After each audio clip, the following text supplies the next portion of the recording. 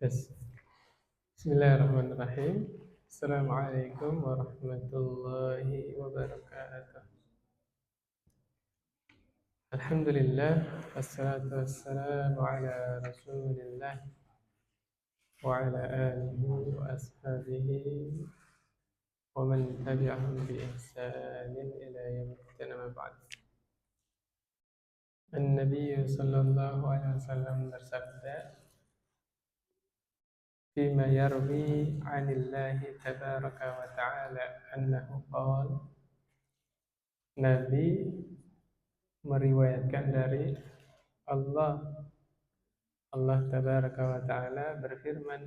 Berarti ini hadis apa? Hadis Qudsi, firman Allah, tapi bukan ada di Al-Quran, adanya di hadis. Ini istilahnya hadis Qudsi. Allah Subhanahu wa Ta'ala berfirman, Ya ibadi inni haramtu zulma ala nafsi. Wahai hamba-hambaku, sesungguhnya aku mengharamkan kezaliman atas diriku. Mustahil Allah zalim kepada hamba-hambanya. Ini harus dikuatkan di dalam hati para hamba-hamba mukmin. Kadang-kadang yang bikin kita merasa doa belum dikabulkan, merasa lemah, karena belum yakin bahwa Allah itu tidak mungkin menzalimi hamba-hambanya. Sebagaimana perkataannya siapa? Hajar ketika ditinggal oleh Nabi Ibrahim di Mekah. Ya Ibrahim, ya, Allahu amaraka bihadza? Apakah Allah yang memerintahkan ini? Perintah apa? Hah? Iya, Hajar sama Ismail disuruh diletakkan di mana? Di Mekah. Yang waktu itu lembah yang gersang, belum ada sumber mata air sama sekali. So, pohon nggak ada, apalagi tetangga nggak ada. Apa jawab Hajar? Izan la yudayya'una.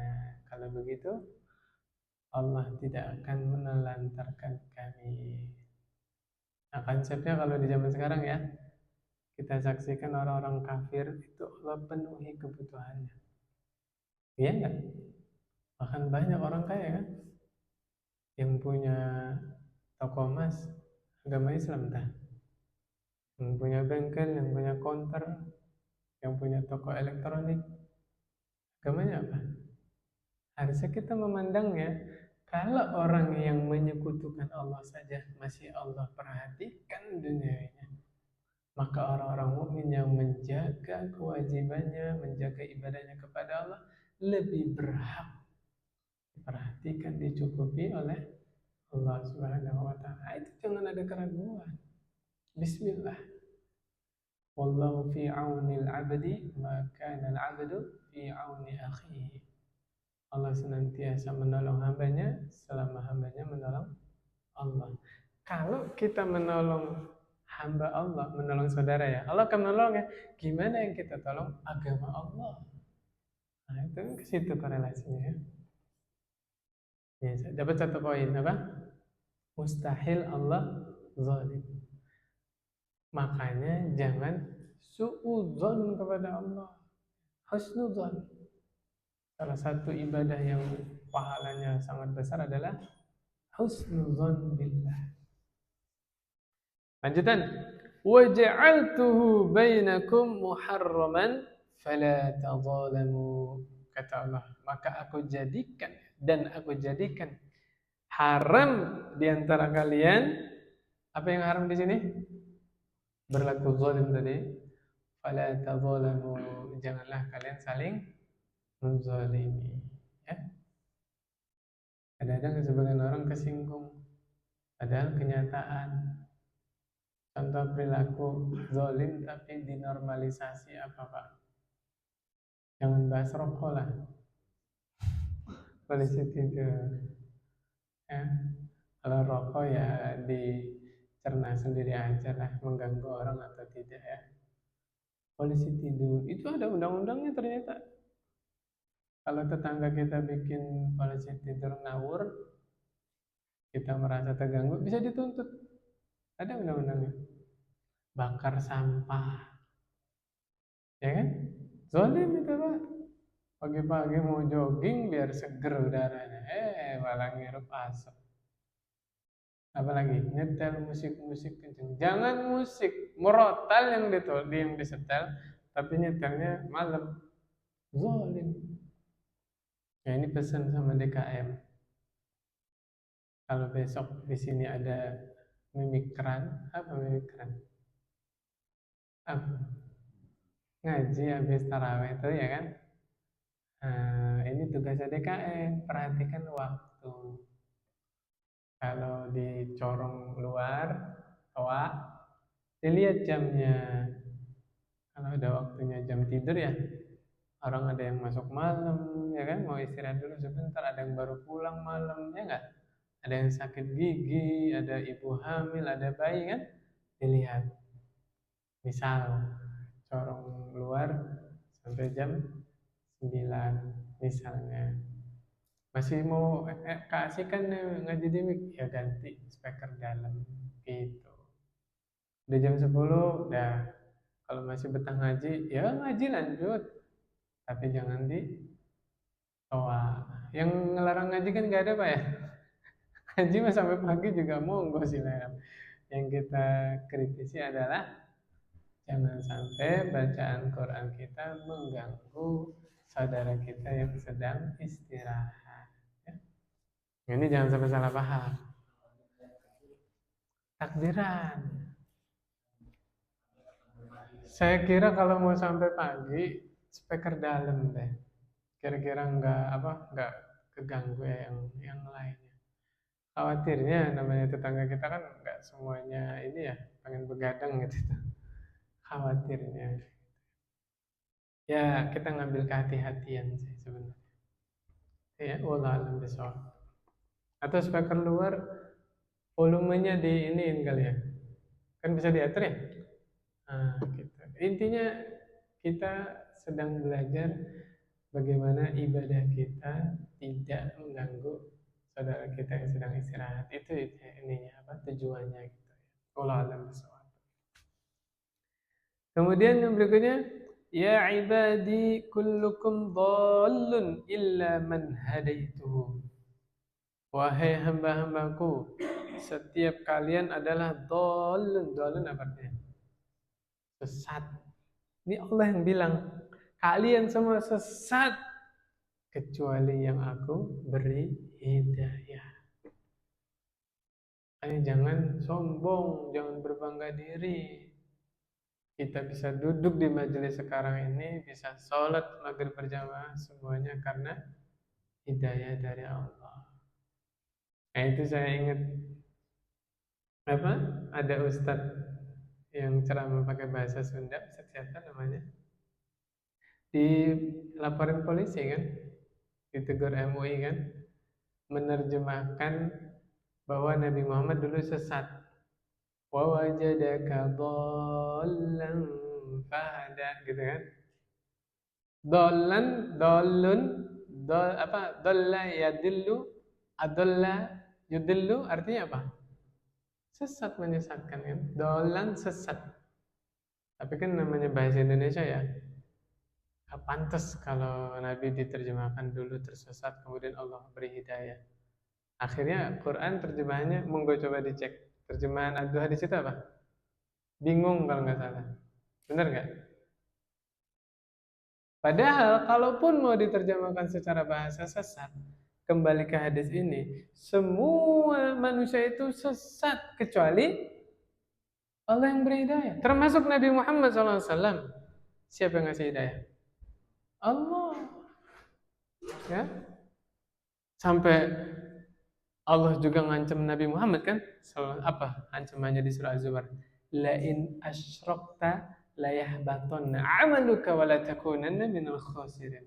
Allah ancam, wahai Muhammad sallallahu alaihi wasallam, kalau engkau menyekutukan Allah, engkau berbuat syirik, terhapus seluruh amalan. Tuh. Jadi maksudnya wajadaka dhalan fahada itu ya kembali ke umuman bahwa semua hamba seluruh umat itu tersesat kecuali yang Allah beri hidayah.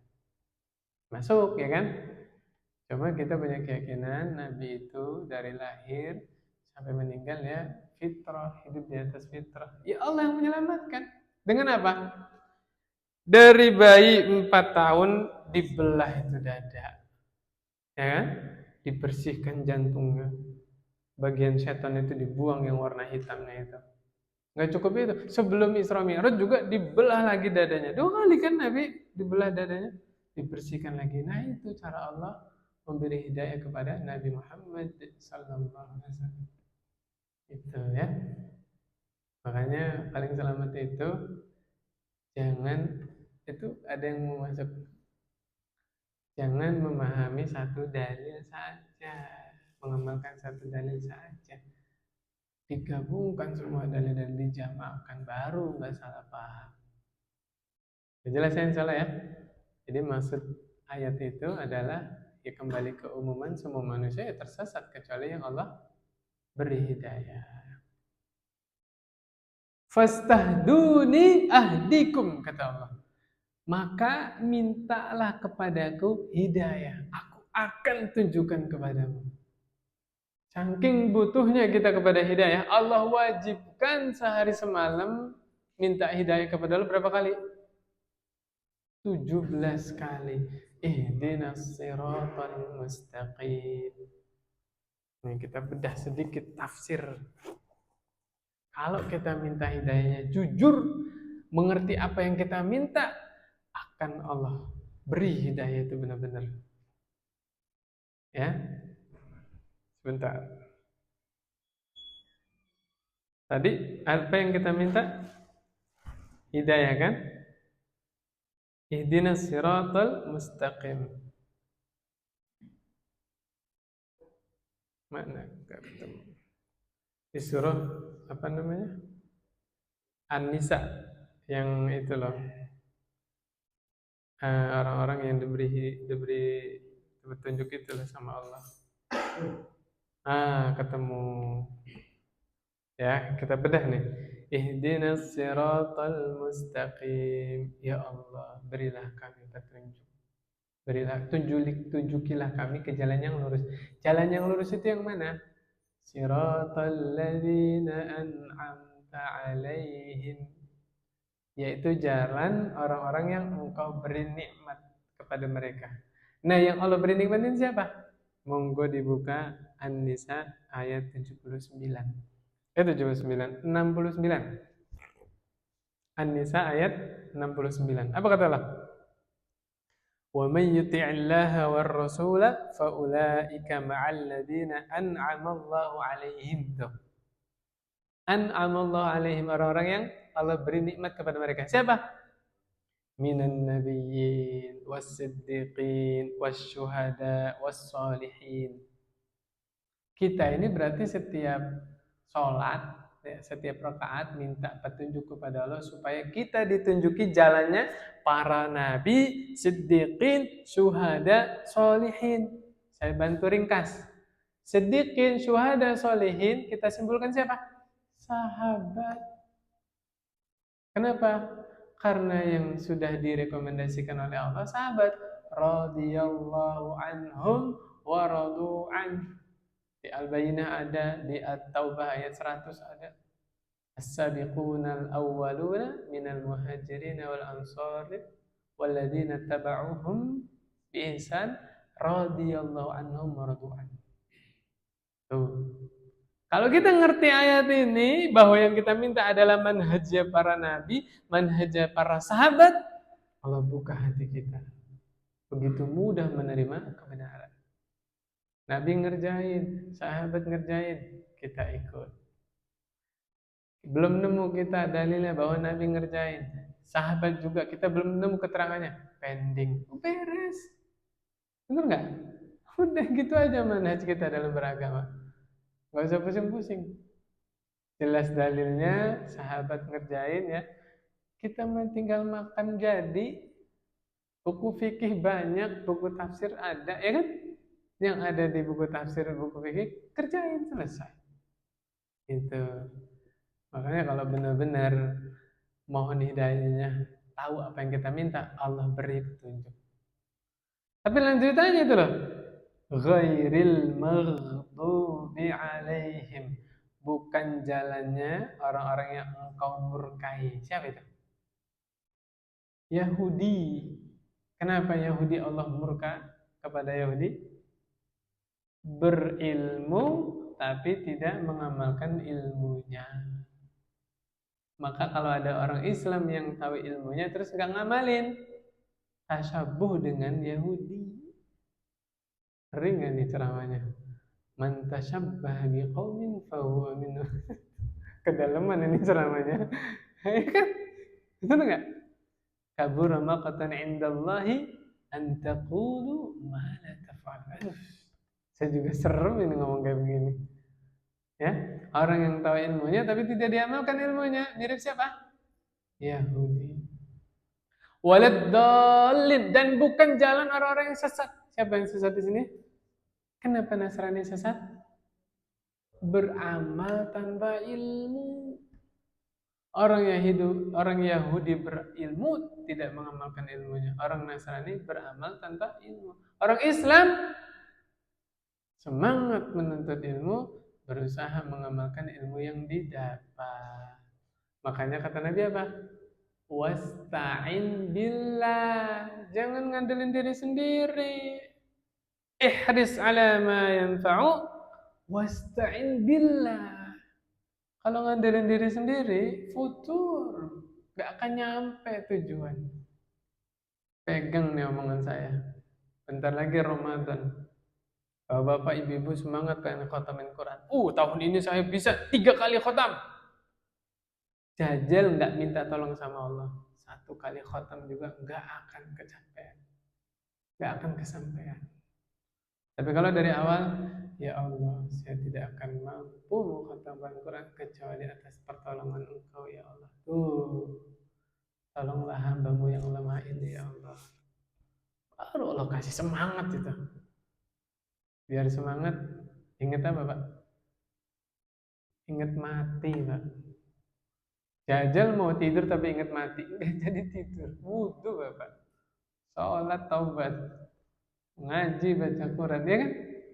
Nah, ya subhanallah. Kemudian ini Allah yang janji, fastahduni ahdikum. Minta hidayah kepadaku, aku akan tunjuki kepada kalian. Ini Allah yang janji. Dan Allah tidak pernah mengingkari janji. Ya. Ya ibadi kullukum ja'i' illa man at'amtuhu. Wahai hamba-hambaku, kalian semua ini kelaparan. Kecuali yang aku beri makan. Fastat'imuni ut'imkum. Minta makanlah kepadaku, aku akan kasih kalian makanan. Berarti minta rezeki itu ke siapa? Allah. Udah kuncinya sholat. Hidayah mintanya di dalam sholat. Rezeki mintanya di dalam sholat. Rabbi firli warhamni wajburni warzuqni wahdini wa'afini warzuqni. Kembali. Rabbi firli warhamni wajburni warfa'ni wahdini wa'afini warzuqni. Itu di dalam hadis. Bapak cari tahu bacaan hadis itu.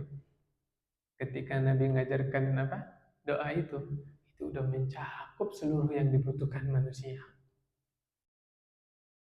Kita kalau analisa lebih dalam ya.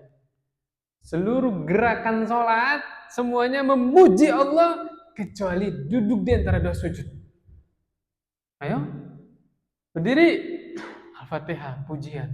Ruku, bertasbih. Benar nggak? I'tidal, memuji Allah. Sujud juga bertasbih. Tahiyat juga menyanjung Allah.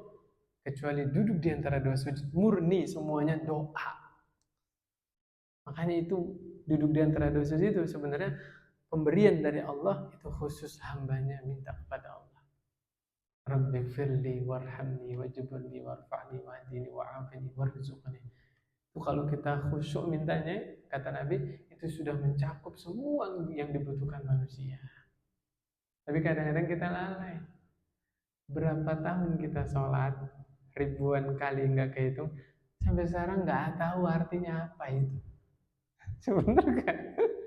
Nah ini PR nih. Coba nanti dilihat terjemahannya ya.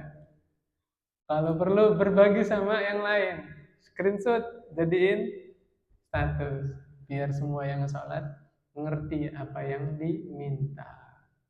Kita kan kalau mentadaburi apa yang kita minta akan menghadirkan khusyuk itu sendiri. Kata para ulama, khusyuk itu ruhnya sholat. Yang berikutnya, ya ibadi kullukum arin illa man kasautuhu fastaksuni aksukum. Wahai hamba-hambaku, kalian semua telanjang kecuali yang aku kasih pakaian. Maka mintalah pakaian kepadaku. Gak usah sombong. Di padang mahsyar nanti Allah bangkitkan semua manusia telanjang, Pak. Semua manusia. Kita meninggal bawa bekal pakaian, tak? Enggak. Dibungkus pakai kain kafan. Nabi telah valid dari Nabi, nanti semua manusia itu dibangkitkan di padang mahsyar dalam keadaan telanjang. Enggak terus-terusan telanjang. Setelah itu Allah beri pakaian. Dan orang pertama yang Allah kasih pakaian siapa? Nabiullah Ibrahim alaihissalam. Saya pernah baca sirah para nabi. Sebelum dibakar itu, jahatnya orang musyrik, Nabi Ibrahim ditelanjangi. Dengan sebab mendakwahkan tauhid, membela agama Allah, Nabi Ibrahim rela ditelanjangi oleh orang musyrik. Orang musyrik seperti itu, Pak. Ya, kalah argumentasi, main fisik. Nah, itu karakternya orang musyrik. Satu lawan satu negara loh. Bayangin Nabi Ibrahim. Coba ujiannya ada nggak yang lebih Nabi Ibrahim? Nabi Ibrahim itu dakwanya satu orang lawan satu negara, bayangin. Tapi satu negara kalah argumentasinya. Udah kalah main apa? Main fisik. La ilaha illallah. Nggak malu ya lawan satu orang. Ya subhanallah. Tapi itulah karomahnya ya, mukjizatnya Nabi Ibrahim. Ketika dibakar berhari-hari di dalam api itu, sama sekali tidak luka sedikit pun. Biiznillah, ya nar kuni bardaw wa salaman ala Ibrahim. Subhanallah. Yang menarik wiridnya Nabi Ibrahim. Sebelum Nabi Ibrahim dilempar ke dalam api, wiridnya apa, Pak? Hasbunallahu wa ni'mal wakil. Kalau Nabi Ibrahim hasbiyallah.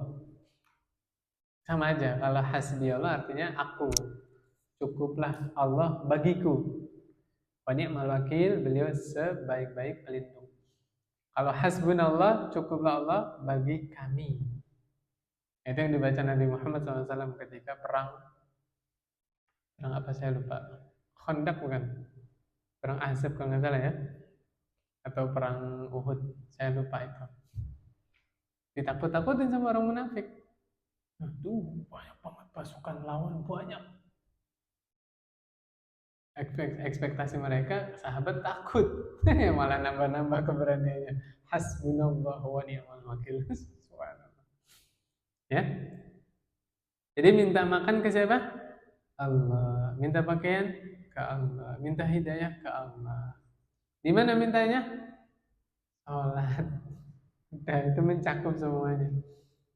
Ya ibadi innakum tukhti'una bil-laili wan-nahar. Wahai hamba-hambaku, sesungguhnya kalian itu berbuat salah. Kalian senantiasa berbuat dosa, baik malam maupun siang. Wa ana aghfirudz dzunuba jami'a, dan aku sudi mengampuni seluruh dosa. Ini Allah yang bilang ini. Allah masih mau mengampuni dosa hamba-hambanya. Fastaghfiruni aghfir lakum. Mohon ampunlah kepadaku, aku akan mengampuni kalian. Sekarang mah zikir nggak usah susah nyari-nyari zikir. Lagi senggang udah aja astagfirullah wa atubu ilaih, astagfirullah. Gitu aja terus. Lagi naik motor ya, astagfirullah wa atubu ilaih, astagfirullah wa terus. Bosen? La ilaha illallah wahdahu la syarikalah, lahul mulku wa lahul hamdu wa huwa ala kulli syai'in qadir. Kata Nabi, orang terbaik hari itu yang baca la ilaha illallah wahdahu la syarikalah, lahul mulku wa lahul hamdu wa huwa ala kulli syai'in qadir 100 kali. Itu terbaik. Itu pahala segala sudah dia dapat. Tahu nggak pahalanya apa, Pak? Hah? Membebaskan budak 10 budak. Allah tulis 10, Allah tulis 100 kebaikan.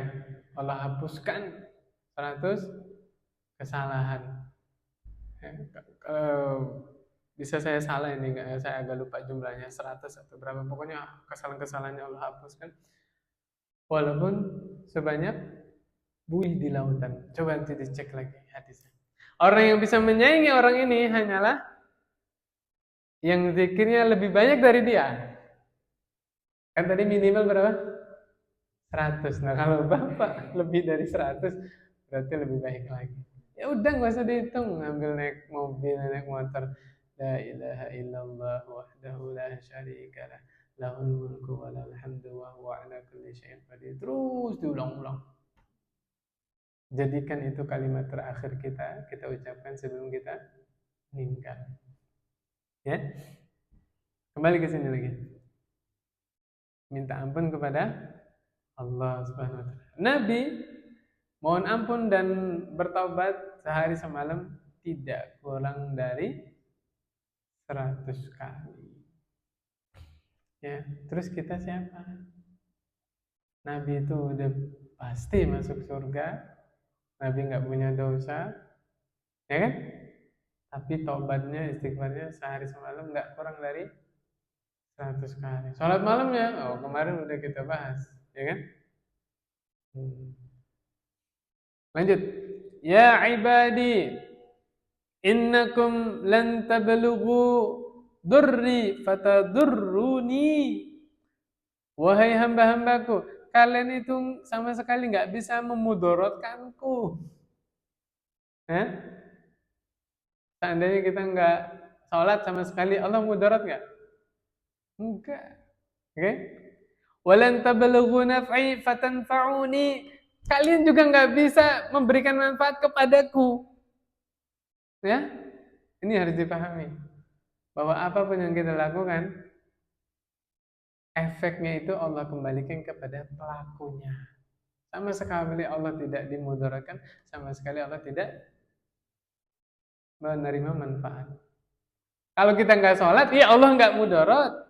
Kita nggak sholat, Allah juga nggak dapat manfaat. Nah itu harus dipahami. Ya, ajarkan kepada anak-anak kita. Nah kita sholat itu kita yang butuh ditolong sama Allah. Allah nggak butuh sholat kita. Makanya saya ceramah ke teman-teman juga.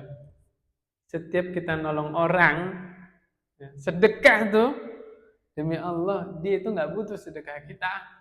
Kalau kita pelit, Allah gerakan hati hamba Allah yang lain menolong dia. Bayangin, sampai ke situnya derajatnya. Ketika kita bersedekah, kita yang butuh bersedekah. Kita terima kasih kepada Allah, masih Allah takdirkan ada orang yang menerima sedekah. Bayangin di akhir zaman nanti, saking Allah turunkan keberkahan dari langit, Allah keluarkan berkah dari bumi, kita nyari orang miskin nggak ketemu. Itu akan terjadi kejadian seperti itu. Buka lagi asratus sa'ah. Di hari kiamat nanti, di akhir zaman sebelum hancurnya bumi ini ya, itu bumi dipenuhi dengan keadilan, yang mimpin Imam Mahdi. Ya. Dibantu sama Nabi Isa alaihissalam. Oke? Itu anak kecil main ular tidak bermudarat. Serigala main bareng domba, sapi main bareng singa, enggak mudarat. Saking Allah berkahi karena bumi dipenuhi dengan keadilan. Sekarang bumi kayak apa? Di sana banjir, di sini longsor, di sana tsunami, gempa, kebakaran. Gara-gara apa? Zalim. Allah nggak ridha sama kezaliman. Ya, subhanallah. Nah, berikutnya nih baru Allah jazmkan lagi di dalam hati kita. Ya ibadi law anna awwalakum wa akhirakum wa insakum wa jinnakum kanu ala atqa qalbi rajulin wahidin minkum ma zada dzalika fi mulki syai'a. Wahai hamba-hambaku, seandainya kalian semua dari manusia pertama sampai manusia terakhir, bukan manusia doang, manusia dan jin semuanya bertakwa, gak tanggung-tanggung, takwanya sebagaimana takwanya Nabi Muhammad SAW, sama sekali tidak menambah pada kerajaan Allah sedikit. Karena Allah gak butuh ketakwaan hamba-hambanya. Ingin sampai begitu Allah bilang. Ingin memahamkan kepada kita bahwa Allah tidak butuh hambanya bertakwa. Yang butuh bertakwa siapa? Kita. Ya. Dibalik lagi sama Allah. Ya ibadi, law anna awwalakum wa akhirakum wa insakum wa jinnakum kanu ala afjari qalbi rajulin wahidin minkum ma naqasa dzalika min mulki syai'a. Wahai hamba-hambaku, seandainya manusia dari pertama tuh sampai terakhir semuanya kafir. Ini seperti orang yang paling fajir. Siapa yang paling fajir? Iblis, ya, Fir'aun, Namrud. Bukan manusia dong, seluruh jin, seluruh manusia semuanya kafir. Sama sekali tidak mengurangi kerajaan Allah sedikit pun. Allah jazmkan di sini, subhanallah. Lanjutannya, ini yang menarik nih. Ya, ini kesukaan kita semua ini.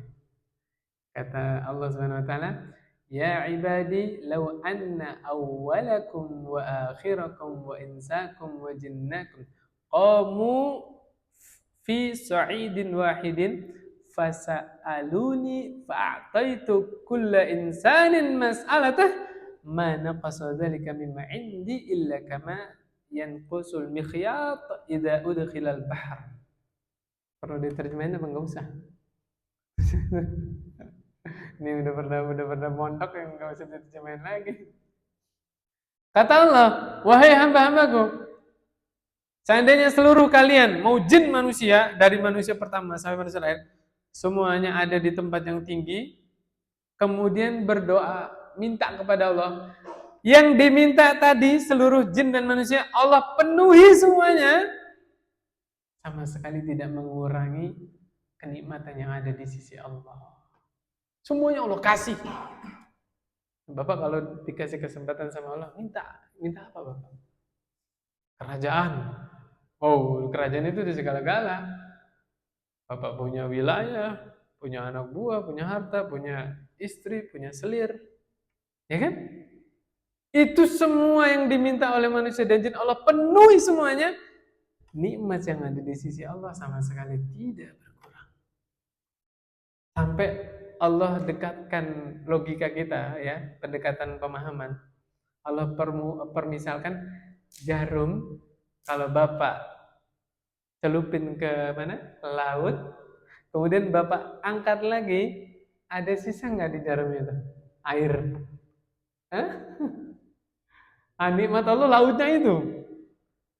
Nah, ketika Allah berikan semua yang diminta oleh hamba-hambanya, cuma seperti itu yang Allah berikan. Permisalan seperti itu. Makanya Allah itu maha kaya, Pak.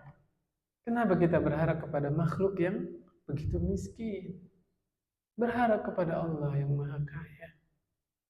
Ya, itulah kita salah dari awal. Kita yang ngarep kepada makhluk, ya pasti kecewa.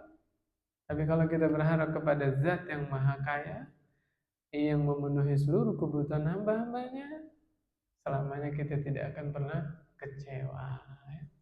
Berharap kepada Allah saja. Kemudian berikutnya, ya ibadi, innama hiya a'malukum uhsiha lakum summa waffikum iyyaha. Wahai hamba-hambaku, sesungguhnya kalian itu beramal, yuk silakan sebanyak-banyaknya ibadah, aku akan menghitungnya buat kalian dan aku sempurnakan. Bayangin, kita ini beramal banyak kurangnya, Pak. Bener kan?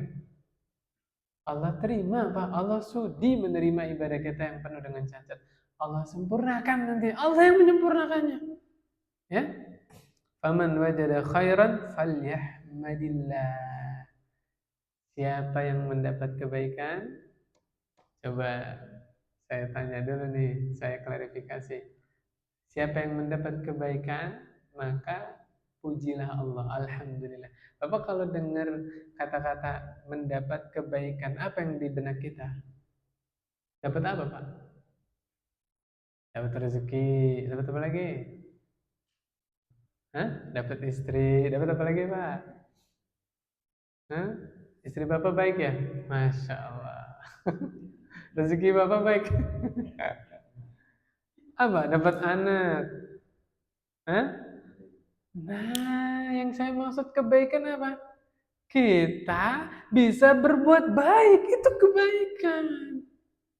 Kalau harta di dunia doang kita nikmati, Pak. Tapi kalau kita berbuat baik, nanti sampai di hadapan Allah, kebaikan kita itu kita bawa. Artinya apa? Kalau kita dimudahkan oleh Allah ibadah, alhamdulillah. Jangan malah sombong, na'udzubillah. Sebagian orang pulang dari masjid, ketemu tetangganya lagi nyiram tanaman apa mandiin mobilnya, dalam hati, dunia aja yang diurusin. Nih, masjid, sholat berjamaah, soft pertama. La ilaha illallah. La ilaha illallah. Iya kan? Iya, kalau nggak ingat. Tapi kalau kita nisbatkan seluruh kebaikan yang bisa kita lakukan itu murni berasal dari Allah, nggak ada itu membanding-bandingkan dengan ibadah orang lain, ya kan? Ini kembalinya. Faman wajada khairan falyahmadillah. Siapa yang mendapat kebaikan, dalam kurung apa tadi? Kita bisa berbuat baik, alhamdulillah. Wa man wajada ghaira dzalik fala yalumanna illa nafsah. Siapa yang mendapat keburukan, maka jangan menyalahkan siapa-siapa kecuali dirinya sendiri. Ya. Berbuat buruk, apa contohnya? Judol, qadarullah. Ya enggak? Nyalin Allah. Ya, la ilaha illallah. Ya dia salah sendiri. Sekarang dia punya akal yang sehat enggak? Punya hati nurani enggak? Bisa enggak membandingkan mana buruk mana baik? Ya kan? Nah, ketika dia berbuat buruk, jangan salahkan siapa-siapa. Salahkan diri sendiri. Ya, subhanallah. Makanya tadi kita butuh hidayah dari Allah Subhanahu wa taala. Ya. Ini subhanallah ini. Imam Ahmad sampai bilang, "Laisa li ahli Syam haditsun asyrafu min hadzal hadis." Ini Imam Ahmad nerima hadis ini dari penduduk Syam. Imam Ahmad bilang apa? Gak ada hadis yang lebih baik daripada ini yang dibawa oleh penduduk Syam. Subhanallah, ini mulianya hadis ini. Ini kalau kita ngerenungi ini tadabburi ini, kalau saya dikasih kesempatan sama Allah ini hadis bisa saya syarah ini, Pak. Bismillah dengan izin Allah. Saya tambahin ayat-ayat hadis, bisa jadi satu buku, Pak. Cobalah insyaallah nanti ya kapan-kapan. Subhanallah. Luar biasa ini akidah semua ini isinya ya. Imam Ahmad kan di mana? Baghdad kan di Irak. Nah, di sini yang bawa penduduk Syam. Subhanallah. Ada yang tanyain? Masih lama kita ya? Masih lama. Lanjut. Nah, ini ada sahabat nih, Pak. Sahabat yang bersedekah. Kita bacain aja hadisnya. Lamma nazalat ayatus sadaqah kunna nuhamilu ala zuhurina faja'a rajulun fatasaddaqa bi syai'in katsirin. Tatkala turun ayat tentang anjuran sedekah, semua kami itu sedekah. Ada yang bawa apa? Gandum di atas punggungnya, banyak. Ada yang sedekah sebanyak-banyaknya. Faqalu mura. Orang munafik bilang apa? Riya itu. Penyakit hati nih. Kalau ada yang nyumbang banyak, dibilang sama orang munafik apa? Riya. Tapi kalau ada yang nyumbang sedikit, Allah nggak butuh. Apa itu 2.000 itu apa? Nah ini Pak, jangan kita hidup menggunakan standar netizen. Selamanya kita akan salah di mata netizen. Iya nggak Pak? Kata Imam Syafi'i rahimahullah gimana? Ridon nas ghayatun la tudrak. Ridho manusia adalah ekspektasi yang mustahil dicapai. Dimanapun kita tinggal, pasti ada yang tidak suka sama kita. Pasti itu, Pak. Di tempat kerja, ada yang gak suka sama kita. Benar gak? Gak usah jauh-jauh. Nabi Muhammad sallallahu alaihi wasallam. Kurang apa karakter beliau? Ayo. Dakwahnya paling lembut, paling hikmah, perilakunya paling bijaksana. Orang datang ke beliau minta apapun, kalau dia ada pasti dikasih, pasti dibantu. Nabi, Pak, saya tanya, ada yang benci? Lah kita siapa? Kita bukan nabi, ya kan? Pasti banyak lagi yang membenci kita. Nabi kurang apa?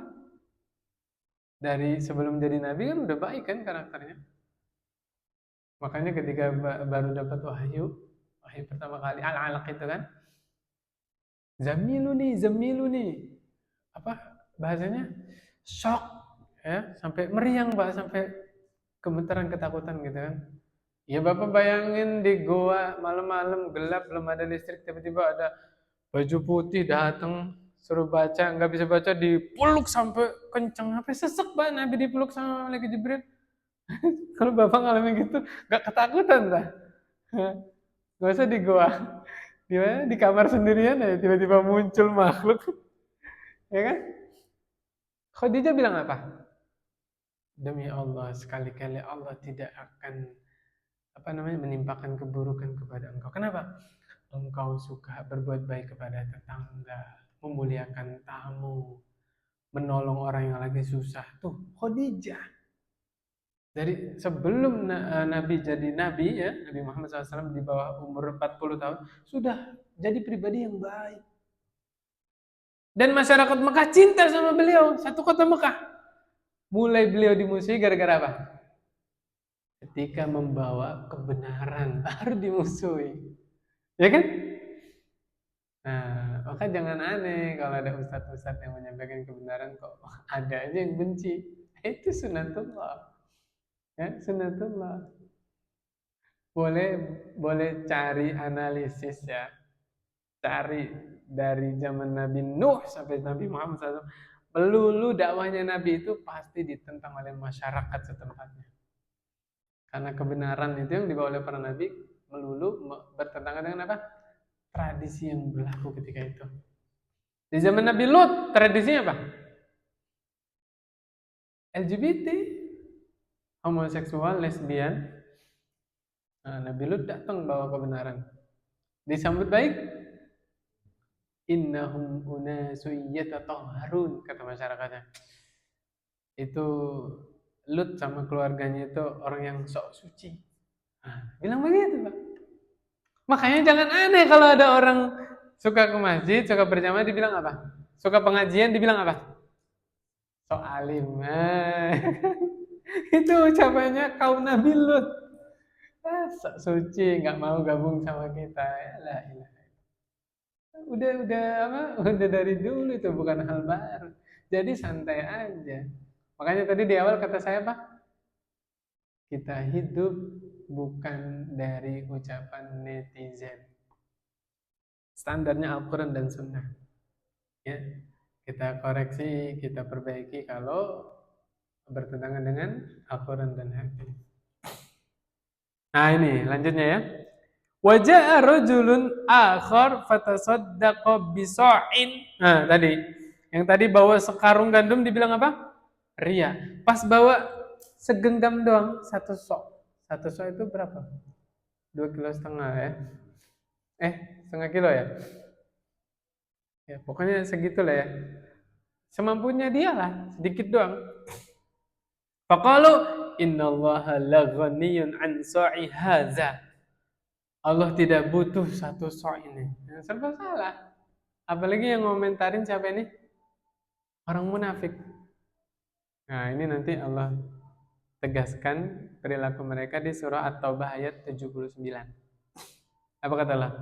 Alladzina yalmizunal mutawwi'ina minal mu'minina fis sadaqati walladzina la yajiduna illa juhdahum.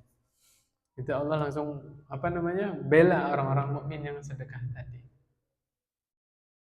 Makanya Bapak Ibu yang dirahmati Allah Subhanahu wa taala, namanya apa? Ibadah yang jadi iktibar itu niat. Niat. Mau Bapak Ibu nyumbang banyak atau sedikit, yang jadi pertimbangan apanya? Niatnya. Banyak para ulama mengingatkan kepada kita, hendaknya kita lebih memperhatikan niat daripada perhatikan apa? Amal itu sendiri. Kata Abdullah bin Mubarak, rubba amalin saghirin tukabbiruhu an-niyah wa rubba amalin kabirin tusaghiruhu an-niyah. Berapa banyak amalan-amalan kecil jadi bernilai besar di sisi Allah gara-gara apa? Niat. Seorang pelacur di zaman Bani Israel kasih minum seekor anjing, Allah ampuni dosa-dosanya. Ya kan? Seorang pemuda mondar-mandir di surga gara-gara menyingkirkan gangguan dari jalan. Ada kan hadisnya? Nah, gara-gara apa? Niat. Amalan-amalan kecil itu bisa bernilai besar di sisi Allah gara-gara niat. Wa rubba amalin saghirin wa rubba amalin kabirin tusaghiruhu an-niyah. Dan berapa banyak amalan-amalan yang besar di sisi Allah bahkan enggak ada nilainya. Gara-gara apa? Niat. Contoh, haji itu ibadah yang besar apa kecil? Besar, tidak semua bisa haji, apalagi di negeri apa? Konohagakure. Ya kan?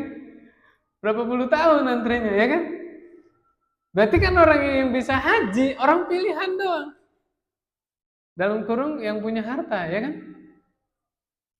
Tapi haji tersebut bisa sia-sia, tidak ada nilainya sama sekali. Gara-gara apa? Niat. Dari awal berangkat haji itu biar apa? Wih, Pak Haji sehat. Itu kalau dipanggil Pak Haji itu langsung ya. Saya pernah kejadian ya, rahimahullah, Bapak ini nggak salah sama sekali. Yang salah anaknya. Jadi dulu ada Pak Ustadz. Ya, biasa kan terkenalnya di kampungnya dipanggil Pak Ustadz. Pak Ustadz ya ada namanya sih, saya nggak sebut namanya lah ya. Ustadz pokoknya. Tiba-tiba Ustadz ini Allah kasih rezeki dia bisa ibadah haji. Ibadah haji, pulang ibadah haji. Saya ada perlu ke rumah Pak Ustadz ini. Bertamu lah. Assalamualaikum. Ada Pak Ustadznya enggak? Nah di situ ada anak beliau duduk di saung di depan rumah. Pak Ustadz, Pak Haji. Benar itu kejadian. Saya nggak nambah, nggak ngurangin, itu kejadian begitu. Oh iya lupa, Pak Hajinya ada. La ilaha illallah. Itu anaknya Pak. Protes. Padahal Pak Ustadz nggak kurang sopan dah. Sopan nggak saya manggil Pak Ustadz? Sopan kan? Tapi karena sudah berangkat haji, kurang afdol kalau nggak dipanggil Pak Haji. La ilaha illallah. Ada lagi cerita yang lain. Ini khotib Jumat Pak. Khotib Jumat biasanya di kampung itu ada tulisan tuh. Muazin, imam, khotib gitu kan. Nah ini khotibnya nggak ada haknya depannya. Selesai sholat Jumat, datang ke DKM. Ya, Pak, ini nama saya depannya ini ada haknya Pak. Saya udah haji, Masya Allah. Allah karim lainnya. Itu ada itu kejadian. Saya kalau cerita gitu saya candain aja. Bapak kalau pulang umrah dipanggil Pak Umroh. Saya gitu itu betul. Bu Umroh ada ya, itu mah nama ya. Bapak kalau pulang dari masjid dipanggil Pak Sholat Pak Sedekah itu ada, Pak Zakat itu. Lah kan sama aja ibadah kan? Ayo, haji, umroh, sholat, puasa, zakat, sedekah, ibadah kan? Yang membedakan apa?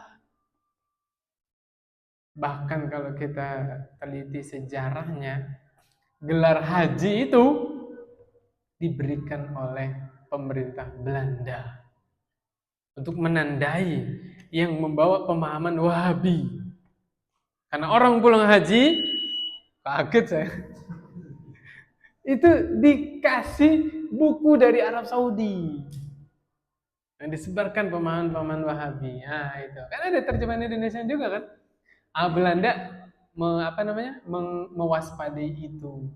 Karena kalau pemahaman Wahabi itu dibawa, ini julukan buruk buat orang-orang yang belajar sunnah ya. Kalau itu ditekuni, akidahnya kuat, nggak takut sama Belanda, Pak. Orang Islam itu aish karimah au mut syahidan. Hidup mulia di atas syariat atau mati syahid. Gak ada orang Islam. Lihat kemarin kejadian di Palestina. Tentara Yahudi bawa apa? Tank baja. Orang Palestina anak kecil bawa batu. Gak ada takutnya. Kayak gitu orang Islam. Nah itu diwaspadai sama orang Belanda. Kalau Malaysia itu pakai Al-Hajj. Kalau di Indonesia pakai Bu Hajjah ya. Dulu Bu Haji, sekarang udah mungkin ada yang ngoreksi ya. Ya, haji kan buat laki-laki. Kalau buat perempuan apa? Hajjah. Sebenarnya itu bahasa Arab. Al-Hajj ya atau Pak Haji itu orang yang sedang berhaji. Betul nggak Ustaz? Lah iya, sedang berhaji. Hajjah juga orang yang sedang perempuan yang sedang berhaji, betul nggak? Yang sedang berhaji. Lah ini udah pulang. Emang pakaian ihramnya belum dilepas apa kemana-mana pakai pakaian ihram? Ya, udah beres. Ya, ala kuliah. Ya ini aja ya apa namanya evaluasi aja. Maksud saya teman-teman kalau berangkat umroh, berangkat haji, apa yang diperhatikan? Niatnya ya. Lillahi ta'ala menjalankan syariat. Yang kita cari apa? Wajah Allah, ridha Allah. Itu pribadi sendiri loh. Tapi urusan orang menghormati kita ya. Kayak contoh nih, saya berusaha, saya nggak mau dipanggil Pak Ustadz. Bisa dicek WA saya, yang udah ngerti, manggil saya biasa Bapak. Ya. Pak, punten tema buat besok apa? Alhamdulillah saya share. Kan Pak kan sudah menghormati kan? Bener nggak? Gak usah marah. Ustadz dipanggil Pak kok marah? Barangkali ada ya, nggak tahu juga ya saya nggak tahu. Alhamdulillah saya nggak marah. Panggil Mas Imam juga saya seneng. Gitu. Ya artinya kita pribadi nggak mau dihormati. Tapi kalau ada orang lain nih, bapak-bapak ibu ya, udah haji. Orang manggil Bu Haji, Pak Haji, nggak masalah. Yang penting kitanya yang jaga hati. Ya ini jangan keliru ya. Bagaimana para ustadz, saya yakin mereka ustadz-ustadz kibar itu nggak mau juga dipanggil ustadz. Tapi kan masyarakat menghormati dalam rangka menghormati. Ya udah, gitu ya. Wallahu a'lam bishawab. Tadi yang ngagetin itu sholat isya berarti. Udah masuk ya? Ya udah.